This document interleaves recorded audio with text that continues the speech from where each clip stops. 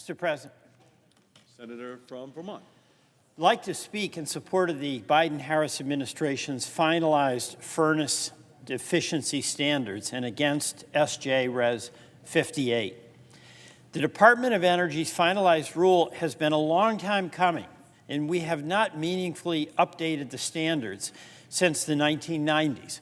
And technology has advanced, but our regulations haven't kept up. Now, let me just talk, first of all, about the importance of efficiency and the role that regulations can play in allowing efficiency to benefit consumers and our environment. When we have standards, it means that the manufacturers compete with the production of products that meet those standards. It's not a race to the bottom. It's a level playing field for those in the manufacturing industry that want to sell their products to consumers.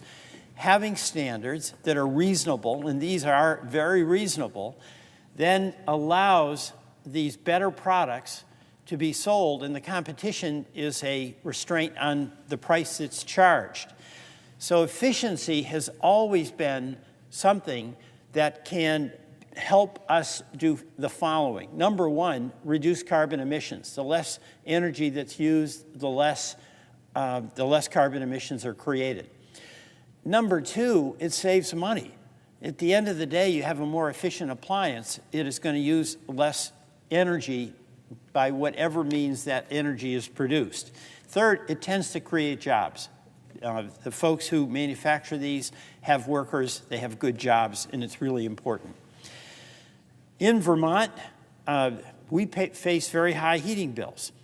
And one of the reasons we want and fully support more efficient furnaces is to get those bills down.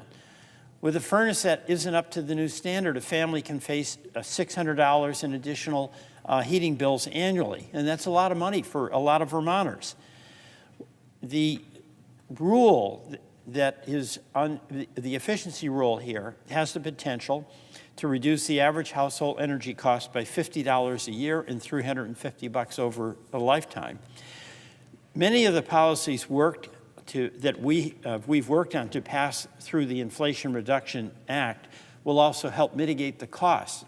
When you're doing an upgrade for some of your home appliances under the Homes Act, you can get a taxpayer rebate, reducing the cost of what this will be.